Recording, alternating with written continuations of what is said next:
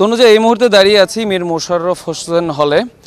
এই হলে আমরা তুলনামূলক বেশি শিক্ষার্থীর বা ভোটারের উপস্থিতি কিন্তু দেখতে পাচ্ছি। কিছুক্ষণ আগে নারীদের যে হল, বিশেষ করে বেগম খালেদা জিয়া হলে কিন্তু আমরা ছিলাম, সেখানে কিন্তু আসলে 9টায় ভোটটা শুরু করা সম্ভব হয়নি। মানে যারা নির্বাচন কমিশনার বা নির্বাচনের সাথে জড়িত যারা ছিলেন, পোলিং এজেন্ট এবং প্রিসাইডিং অফিসার, তারা প্রস্তুত ছিলেন। তবে ভোটার সমাগম কিন্তু আসলে আমরা দেখেছি যে প্রথম ভোটটা পড়েছিল 9টা 20 মিনিট নাগাদ, মানে 20 মিনিট পরে।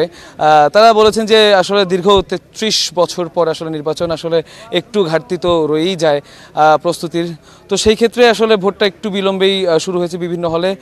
তবে আমরা মীর মোশাররফ হোসেন হলে আসার পর কিন্তু প্রার্থীদের কাছ থেকে কয়েকটি অভিযোগ পেয়েছি। সেই অভিযোগটা একটু জানাতে চাই। সেটা হচ্ছে, তারা বলেছেন বিভিন্ন হলে, বিশেষ করে শিবির সমর্থিত যে প্যানেল সমন্বিত শিক্ষার্থী জোটের যে ভিপি প্রার্থী মোহাম্মদ আরিফুল্লাহ, তিনি বলেছেন যে বিভিন্ন হলে আসলে ভোটারদের চাইতে যে ব্যালট পেপার সেটা কিন্তু আসলে বেশি গিয়েছে বলে তিনি অভিযোগ করেছেন। এবং এই ব্যাপারে প্রিসাইডিং অফিসারের সাথে কথা বলার পরেও বা রিটার্নিং কর্মকর্তার সাথে কথা বলার পরেও আসলে কোনো সদুত্তর পাওয়া যায়নি বলে তিনি জানিয়েছেন। এবং তিনি আরও বেশ কিছু অভিযোগ করেছেন। তবে তারা সব প্রার্থী কিন্তু স্বস্তি প্রকাশ করছেন যে অন্ততপক্ষে 33 বছর পর হলেও আসলে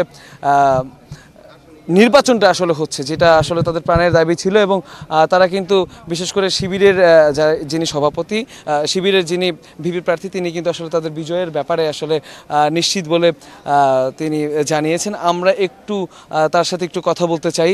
আমাদের সাথে এখন আছেন সমন্বিত শিক্ষার্থী জোটের ভিপি প্রার্থী মোহাম্মদ আরিফুল্লাহ, শিবির সমর্থিত প্যানেলের।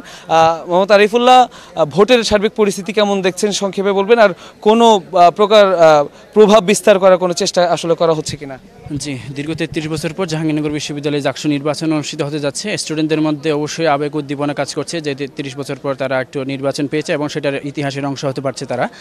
তো কিন্তু দেখতে পাচ্ছেন যে ইতিমধ্যেই আমরা বলেছি যে বিভিন্ন হলগুলোতে এবং ক্যাম্পাসের বিভিন্ন পয়েন্টে ক্যাম্পাসের সাবেক শিক্ষার্থীদের উপস্থিতি লক্ষ্য করা যাচ্ছে। ইভেন এমএইচ হলেও একটু আগে আমরা দেখতে পেয়েছি যে ক্যাম্পাসের সাবেক শিক্ষার্থীরা অবস্থান করছেন। আমরা বিশ্ববিদ্যালয়ের যে নির্বাচন কমিশন আছেন ওনাদেরকে জানিয়েছি, কিন্তু কার্যত এখনও কোনো ব্যবস্থা নেয়নি। কোনো প্রকার প্রক্টোরিয়াল টিম থেকেও কেউ আসেনি, আইনশৃঙ্খলা বাহিনীর পক্ষ থেকেও কেউ আসেনি। কারণ বিশ্ববিদ্যালয় প্রশাসন বলেছিলেন যে 6টার পরে যাদেরকে পাওয়া যাবে ফৌজদারি আইনে গ্রেফতার করা হবে, কিন্তু এখন পর্যন্ত কোনো আমরা পদক্ষেপ নিচ্ছে বলে দেখতে পাচ্ছি না। কারণ আমি এখানে আছি, এখন পর্যন্ত কেউ আসেনি। এ হলো বিষয়। আর হচ্ছে সালাম বরকত হলের বিষয়ে একটা বলেছিলাম, সেখানে 200 টোটাল ভোটার সংখ্যা 299 জন, কিন্তু ব্যালট পেপার গেছে 400টা। এই 101টা ব্যালট পেপার অতিরিক্ত কেন গেছে এটার কোনো সদুত্তর চাওয়া হয়েছে, কিন্তু কেন গেছে সেটার উত্তর দিতে পারেনি। এই বিষয়গুলো আমাদের পরিস্থিতি এবং আপনাদের বিজয়ের বিষয়ে আপনারা কতটুকু?